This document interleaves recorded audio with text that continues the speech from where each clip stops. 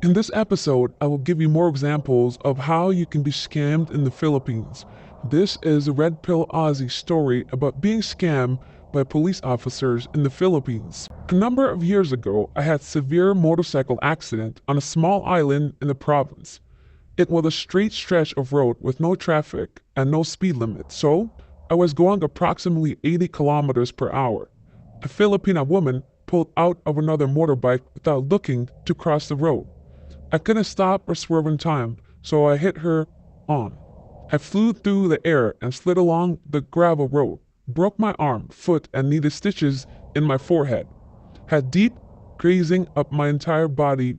Thank God I wore a helmet or I'd be dead for sure.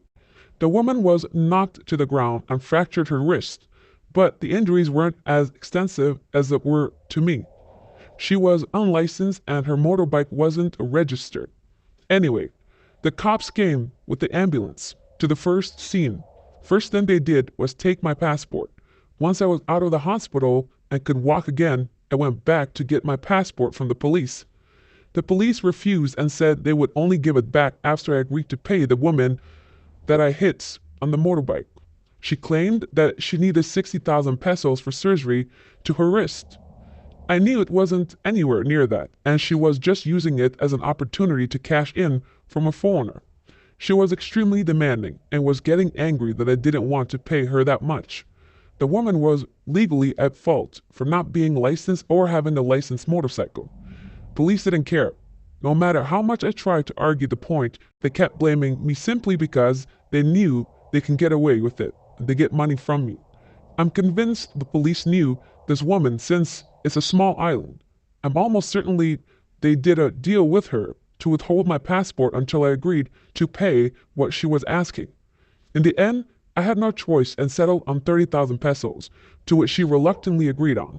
Corruption is rife in the Philippines, and as a foreigner, you are automatically at fault, even if a local broke the law. Is it any surprise that more expats are leaving combined with everyone else?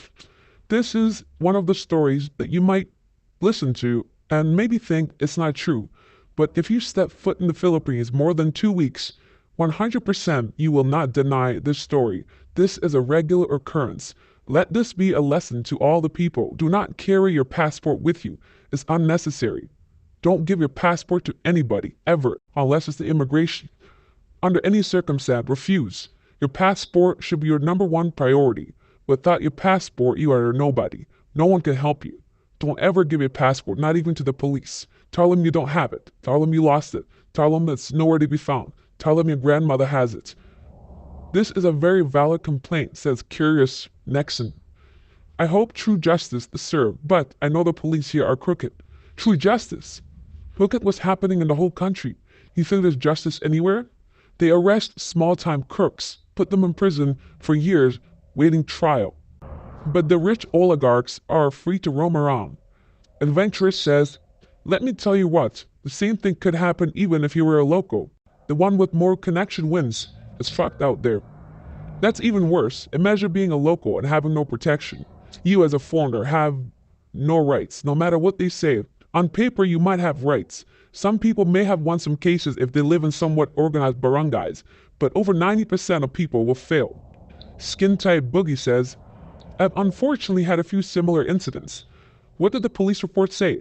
Did you take it to a lawyer? Also, taking anyone's passport is illegal. Did you speak to your embassy? When we had a case where my wife was involved in an accident, we handed it at the barangay level. Did you try that? Honestly, seems like the police were taking advantage of your lack of knowledge, as is how it works in the Philippines. Of course, if you had any knowledge, you may have been able to wiggle your way out of this. But most people are clueless when they come to the Philippines. They're told lies, and that Filipinos are extremely friendly, how they never have any problems. Red Pilled Aussie says, honestly, at that point I just wanted the issue to go away since I was still crippled, in severe pain, and walking on crutches, so I ended up paying the 30K. Yes, the negotiation actually took place at the barangay. Basically, they all teamed up against me, and I didn't have a chance. Most of them knew her since she was a local, so of course they took her side. There was a lot of yelling and screaming during the meeting, and they kept demanding 60,000 pesos. I refuse. Skin Tight says, I know the feeling. We had a bunch of people follow us to the police station after the motorcycle crashed into the truck, all claiming it was my fault. It took me into a side room and started talking to me about willful misprudence. Then I showed them the dashcam video showing the motorcycle clearly at fault. It was beautiful. Investigating officer walked back in the foyer. The police station yelled at everyone to stop lying and go home, and then sent us on our merry way. We ended up losing a couple of hours and paying for a scratch on our door, but overall, I thought we got away lucky. Yes, you were lucky in this case. Sometimes dashcam footage is not even enough. Do not rely on solely a camera. Of course, it must be in the Philippines that you have a camera on your motorcycle, on your car, anywhere at all. It will help for sure. Not 100%, but it's better than nothing. When will it be over says, that's how it is here. The guy with the money always pays. There's no arguing who's at fault. It's why car drivers drive so slowly around turns and such. And you've probably seen videos of car drivers trying to drive off. They know that they will need to pay. It's not fair, but it's the way it is here. I had a similar incident, but I don't carry around my passport. So they had no leverage. They did make a promise to pay, and I did keep my word. I had made a promise to pay. And the other driver did rip me off, but you just need to go away, so you pay it off. Yes, most people don't want to deal with the headache. They don't want to handle the pressure. They don't want any headaches or problems, especially for living on the island. You don't want the whole neighborhood and barangay to be against you. The HCAF says, to think that the police are solely here to protect and serve is a dangerous mindset. It's better to avoid accidents if at all possible. Sounds silly. Or better yet, limit yourself to such situations. Hire a local driver if able.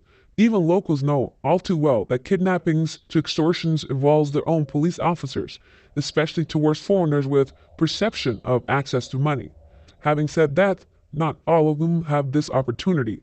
The original pro speeding and placing himself at a very high chance of accident was a bad choice.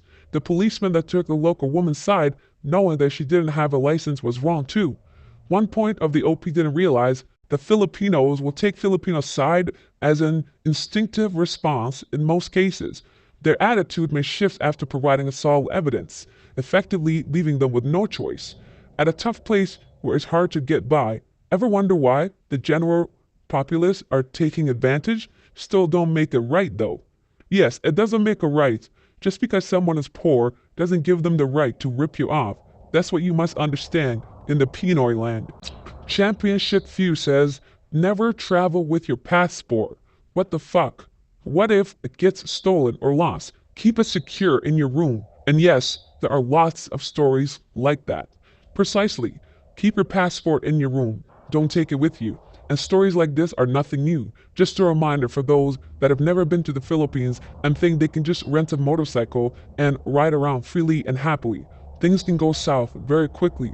Make sure that you listen to these stories by other people and learn from them. This is not always about putting somebody else down, but it's to protect yourself. The best comment from yesterday is from Simon.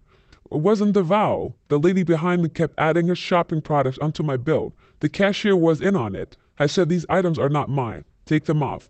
I had to call a manager to have them removed. I'm not paying for someone else's problems. Imagine the absurdity of someone else adding their items onto your bill and thinking that you will not notice. The worst comment is from Totally VA Mental Disabled. I guess I understand your name now.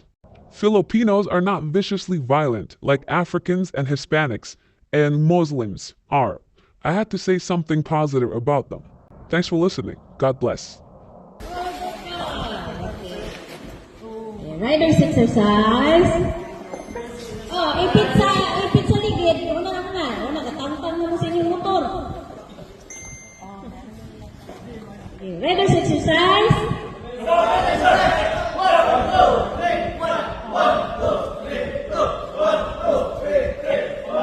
Iki-ay ang back-arm.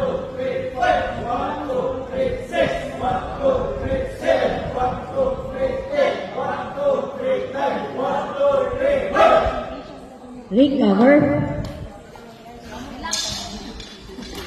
I-relax ang katuhuran o kapangyarihan.